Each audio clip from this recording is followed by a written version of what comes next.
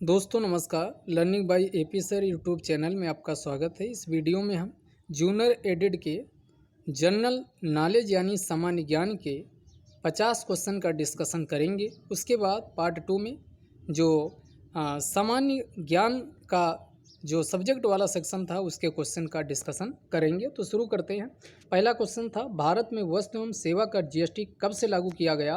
तो 1 जुलाई 2017 इसका आंसर चौथा ऑप्शन हो जाएगा।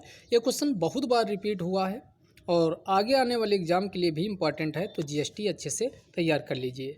पुडुचेरी किस उच्च न्यायालय के क्षेत्राधिकार में आता? तो ये मद्रास के तमिलनाडु मद्रास के अंतर्गत आता है, तो इस दो का ये हो जाएगा। निम्नलिखित में से कौन सी भारत शासन अधिनियम 1919 की प्रमुख विशेषता नहीं है? तो केंद्र में द्वैध शासन, ये केंद्र में द्वैध शासन लागू होगा। प्रांतों में द्वैध शासन लागू किया गया था 1919 के अधिनियम से, लेकिन केंद्र में द्वैध शासन 1935 का भारत शासन अधिनियम आएगा, वहाँ से लागू किया जाएगा। तो ये चौथा वाला गलत है, बाकी सारे सही हैं। अगला, तंजौर के बृहदेश्वर मंदिर का निर्माण किसने करवाया था? तो ये राजराज प्रथम के द्वारा तंजौर के बृहदेश्वर मंदिर का निर्माण करवाया गया था, तो इसका आंसर क्या हो जाएगा? 2 हो जाएगा। अगला, अटल नवाचार मिशन का संबंध किससे है? 4 ऑप्शन है। एंटरप्रेन्योरशिप डेवलपमेंट से, रूरल डेवलपमेंट से, इंफॉर्मेशन टेक्नोलॉजी से, स्पेस टेक्नोलॉजी से। तो इसका संबंध, इसका पहला वाला आंसर हो जाएगा उद्यमशीलता विकास के लिए नीति आयोग के द्वारा अलग से पूछा जा सकता है। नीति आयोग के द्वारा अटल इनोवेशन मिशन को शुरू किया गया, तो इसका आंसर पहला वाला हो जाएगा। अगला, ये इसका करेंगे तो ये 6 नंबर पे आता है क्रोनोलॉजिकल ऑर्डर, और 6 का ये क्यूब किया गया तो कितना आ गया? 216 आ गया। वैसे यहाँ पर यल 12 पे आता है, 12 का क्यूब करोगे तो 1728 होता है, तो इसका आंसर चौथा वाला हो जाएगा। अगला क्वेश्चन, सांकेतिक भाषा में गंगा को यानी G7 पे आता, A1 पे आता, N14 पे आता, तो वैसे इसको लिखोगे यानी सरजू को तो S19 पे आ जाएगा, A1 पे आ जाएगा, R18 पे आ जाएगा, J10 पे आ जाएगा, U21 पे, यानी बी आंसर बिल्कुल सही होगा। अगला, एक व्यक्ति 8 किलोमीटर पश्चिम की ओर चलता है, 8 किलोमीटर, फिर 6 किलोमीटर उत्तर की ओर चलता। पूछ रहा इस बिंदु से, तो ये आपका पाइथागोरस प्रमेय लगा दीजिए, 6 है तो ये 10 हो जाएगा, सीधे आंसर 10 लगाइए, आगे बढ़ जाइए। 2:30 पर दोनों सुइयाँ कितने डिग्री का एंगल बनाएंगी? तो 11/2 इंटू यम, यानी यहाँ 30 मिनट लगाइए, 30 इंटू एच का मान यहाँ रख दीजिए 2, और प्लस माइनस ये होता है। अब इसको हल करोगे तो ये 15 आ जाएगा, 15 एकन 15, 15 एक 16 बराबर ये आपका 30, दूना 60 हो जाएगा, और प्लस माइनस से इसको इधर लाओगे माइनस हो जाएगा, यानी ये हल करोगे तो कितना निकलेगा? 105 डिग्री निकलेगा, यानी 9 का आंसर ए हो जाएगा। प्रयागराज गंगा के किनारे, अयोध्या तो ये सरयू के नदी किनारे है, यानी इसका 10 का सी 3 हो जाएगा। जनगणना 2011 के अनुसार भारत में साक्षरता दर पूछ रहा तो कितनी है? 74.04%, यानी दूसरा वाला हो जाएगा। उत्तर प्रदेश बजट 2021-22 के अंतर्गत मुख्यमंत्री समग्र संपदा विकास योजना, इसको हमने 6 वीडियो जो अपलोड किए वहाँ पर मुख्यमंत्री समग्र संपदा विकास योजना के बारे में डिस्कस किया था, लेकिन इसकी बजट में कितना एलोकेशन हुआ वो नहीं डिस्कस किए थे। यहाँ बजट वाला भी यूपी का बजट ध्यान रखना है, और इसके लिए कितना 1000 करोड़ रुपए का एलोकेशन किया गया था।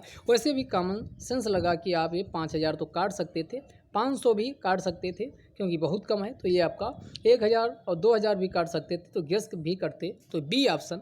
जब भी गेस करना हो तो अगले एग्जाम में आप गेस ही कर रहे हो तो बी, इसी में से कोई गेस किया करिए, तो ये आपका स्मार्ट गेसिंग बी, इसमें 1000 करोड़ बिल्कुल सही है। निम्नलिखित में से मृदा प्रदन के कारकों को पहचानिए। बहता हुआ जल, इससे रनिंग वाटर से होता है, भूजल से होता, समुद्र की लहरें, तीनों इसका आंसर हो जाएगा, सी इसका हो जाएगा, यानी ABC तीनों सही है, तीनों अपर्दन करते हैं। जैव विविधता का तात्पर्य क्या है? तो यहाँ पर आपका दिया आनुवंशिक भिन्नताएं, इसी को एल्फा कहा जाता। पृथ्वी पर सभी जैविक जातियाँ बीटा, और इनमें जैविक समुदायों के बीच यानी गामा, तो ये तीन प्रकार की जैव डाइवर्सिटी होती है। तो आनुवंशिक विभिन्नताएं, पृथ्वी पर उपस्थित सभी जैविक जातियाँ, जैविक समुदायों की भिन्नता, पारिस्थितिकी तंत्र की भिन्नताएं सभी होती हैं, तो इसका आंसर क्या हो जाएगा? यानी जैव विविधता वाले में आंसर इसका क्या हो जाएगा? डी हो जाएगा, उपरोक्त सभी इसका आंसर चला जाएगा। अगला, ध्वनि प्रदूषण की तीव्रता को किस में मापा जाता है? तो इसको डेसिबल में मापते हैं, इसका आंसर हो जाएगा 4। निम्नलिखित में से कौन सी बीमारी वायरस जनित है? तो वायरस जनित इसमें रेबीज, रेबीज ये वायरस से होती है, कुत्ता के काटने से होती है, कुत्ता के काटने से रेबीज होती है। तो इसका आंसर क्या हो जाएगा, यानी ये तीसरा वाला बिल्कुल सही हो जाएगा। अगला है ईसीजी, तो इसकी फुल फॉर्म ईसीजी की आपको पता है, इलेक्ट्रोकार्डियोग्राफी है। तो यहाँ कार्डियोग्राफी का तात्पर्य किसका है, तो कार्डियोग्राफी ये किससे संबंधित है, इसका हृदय हो जाएगा। अगर इंसेफ्लो एक ईसीजी होती है, ईईजी, तो ईईजी होता तो मस्तिष्क हो जाता, ये ईसीजी पूछा है, तब इसका आंसर हृदय हो जाएगा। अगला देखिए समस्थानिक एग्जाम्पल 6C12 6C14 यानी नीचे के बराबर हैं, तो इसी को क्या कहा जाता, समस्थानिक कहा जाता। पहला वाला आंसर हो जाएगा सबके, यानी परमाणु क्रमांक बराबर हैं किंतु परमाणु भार अलग अलग है। निम्नलिखित में से कौन सा अम्ल मुख्यतः टमाटर में उपस्थित होता, टमाटर में सिट्रिक व मैलिक अम्ल मुख्यतः उपस्थित होता है, तो इसका आंसर 3 हो जाएगा। अगला पेरिस में 21वां संयुक्त राष्ट्र जलवायु परिवर्तन शिखर सम्मेलन कब किया गया, दिसंबर 2015 में इसका आयोजन किया गया था, तो इसका पहला हो जाएगा। अगला ये फार्मिक अम्ल चींटी में होता है, दूध में लैक्टिक अम्ल होता है, दूध दही ये सब, तो इसका आंसर क्या हो जाएगा, दूध वाला लास्ट वाला गलत है, बाकी सही है, तो इसका आंसर हो जाएगा 21 का 4।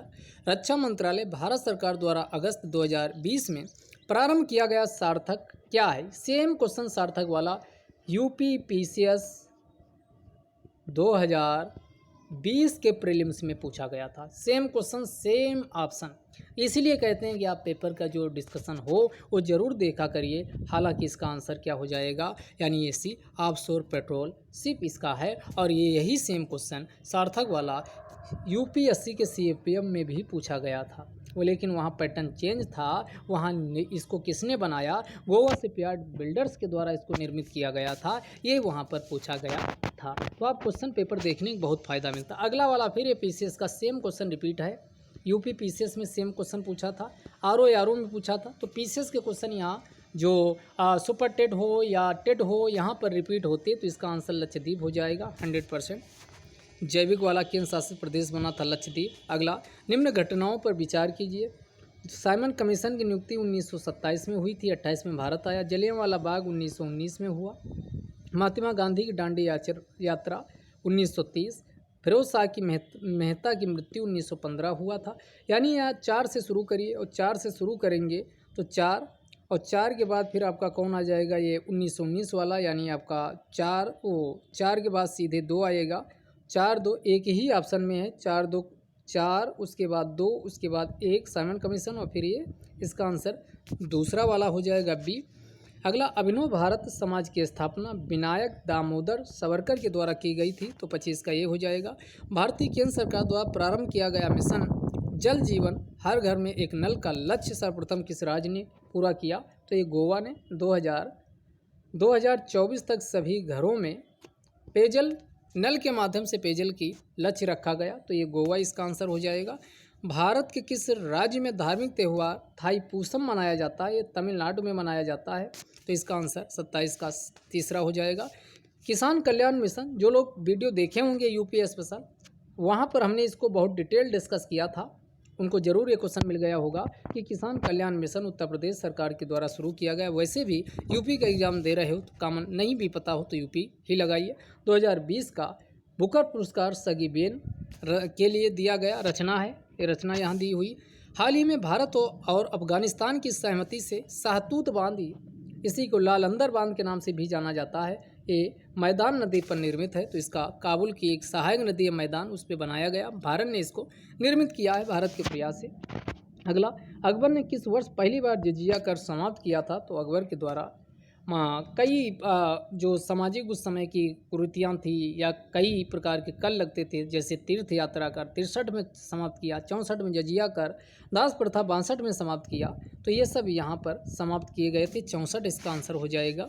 1938 में भारतीय राष्ट्रीय कांग्रेस के अध्यक्ष कौन बनाए गए थे, सुभाष चंद्र बोस बनाए गए थे। हरिपुरा अधिवेशन।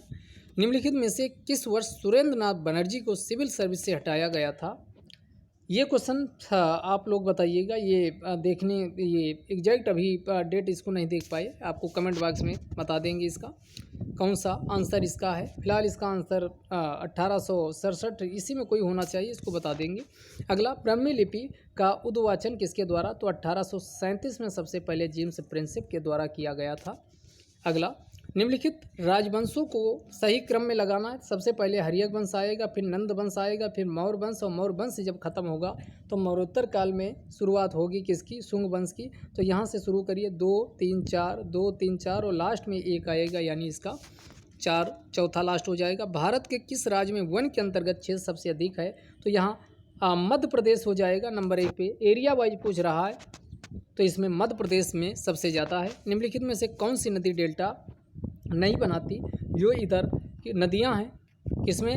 अरब सागर में अपना जल विसर्जित करती हैं, वो एस्चुरी बनाती हैं, ना कि डेल्टा। तो इसमें कौन सी नदी? महानदी, गोदावरी, कृष्णा, कावेरी, ये सब पूरब यानी बे बंगाल में गिरने वाली नदियां जो डेल्टा बनाती हैं। तो यहाँ पर कौन सी नदी? नर्मदा हो जाएगा, इसका चौथा वाला आंसर हो जाएगा। कैबिनेट मिशन ये मार्च 1946 में आया था, तो इसका आंसर तीसरा वाला हो जाएगा। भारत के उपराष्ट्रपति पदेन सभापति राज्यसभा के होते हैं, इसका आंसर तीसरा हो जाएगा। भारतीय संविधान की 11वीं अनुसूची में कुल कितने विषय? तो ये 29 विषय इसमें रखे गए हैं। 2011 में भारत की जनसंख्या विश्व के जनसंख्या के कितने प्रतिशत थी? तो ये कितने?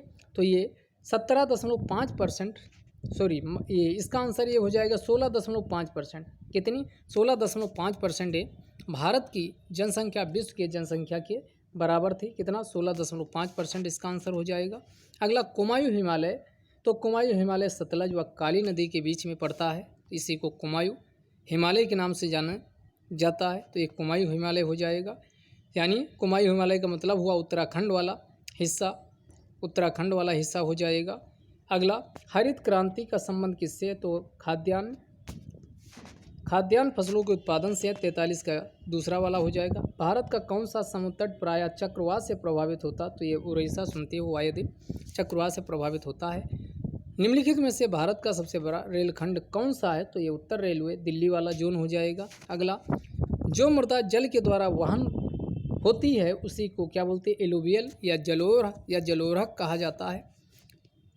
अगला, भोज्य एवं भक्षक के रूप में विभिन्न प्रजातियों का अनुक्रमित संबंध क्या कहलाता है? तो ये क्वेश्चन पूछ रहा, sequence of species related to each other as a prey and predator is termed. तो इसी को क्या कहा जाता है? फूड चेन, खाद्य श्रृंखला के नाम से जाना जाता है। समुद्र के तल पर रहने वाले जंतुओं को क्या कहा जाता? तो इसको बेंथिक कहा जाता है, जो समुद्र की तली में रहते हैं। समुद्र की तल पर रहने वाले को बेंथिक कहा जाता। एक पावर हाउस का सामर्थ्य 200 मेगावाट है और प्रतिदिन, तो 24 × 200 से इसको मल्टीप्लाई करा दीजिए, 24 दून 48 और डबल जीरो हो जाएगा, यानी 4800 मेगावाट एक दिन का हो जाएगा विद्युत ऊर्जा। ये मेगावाट में ही आएगा ये, तो 4800 मेगावाट ये किस में आ जाएगा? प्रतिदिन। तो इसमें 4800 मेगावाट प्रतिदिन विद्युत ऊर्जा क्या होगी? 4800।